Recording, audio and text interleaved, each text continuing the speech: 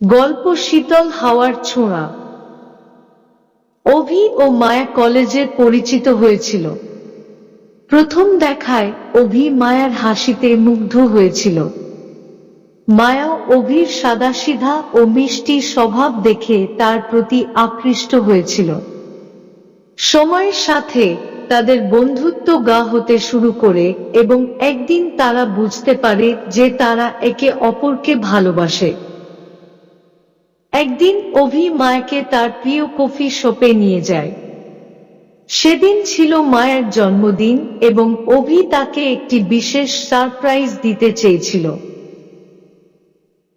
অভি coffee শপে পৌঁছে, মায়া, তোমার জন্মদিন উপলক্ষে আজকের দিনটা তোমার জন্য বিশেষ। মায়া মুচকি হাসে, অভি, তুমি সব সময় আমাকে বিশেষ মনে করো। ধন্যবাদ। অভি একটি সুন্দর প্যাকেজ নিয়ে আসে এবং মায়াকে দেয়। প্যাকেজ খুললে সেখানে একটি সুন্দর সোনালী কলিয়ার এবং একটি কুরিয়ার কার্ড ছিল।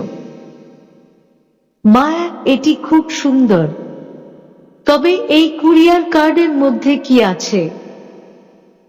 অভি, ওটা খুলে দেখো, তোমার জন্য কিছু বিশেষ বার্তা আছে। মায়া কুরিয়ার কার্ড খুলে পড়ে।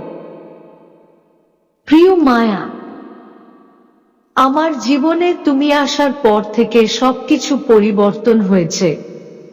তুমি আমার জীবনের সবথেকে বড় আনন্দ। আমি চাই তোমার প্রতিটি দিন এমনই সুখে কাটুক।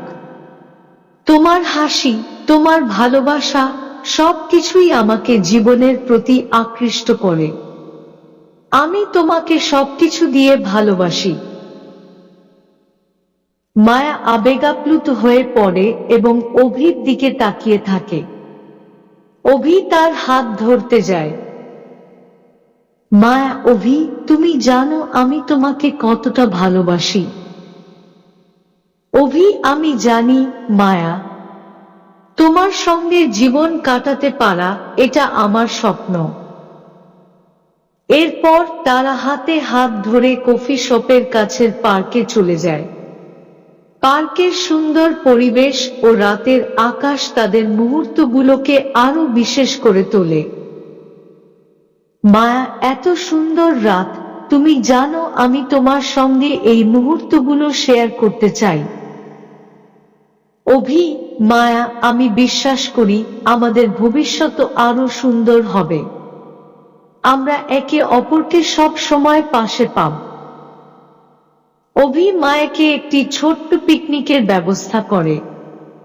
তারা মিষ্টি খাবার খায় এবং রাতের নীরবতার মধ্যে একে অপরকে ভালোবাসার কথা বলে।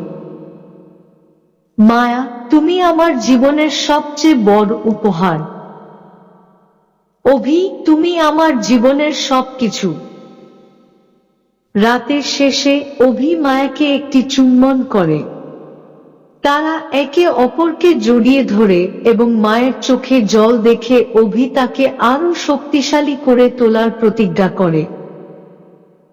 অভি, আমি তোমার প্রতিটি হাসিতে, তোমার প্রতিটি অশ্রুতে, তোমার প্রতি সব সময় যত্ন নেব। মায়া, আমি তোমার প্রতি সব সময় বিশ্বাস রাখব। অভি ও মায়ের ভালোবাসা আরো গভীর হয় এবং তারা একে অপরের সঙ্গে সুখী ও শান্তিপূর্ণ জীবন কাটাতে থাকে। শেষ।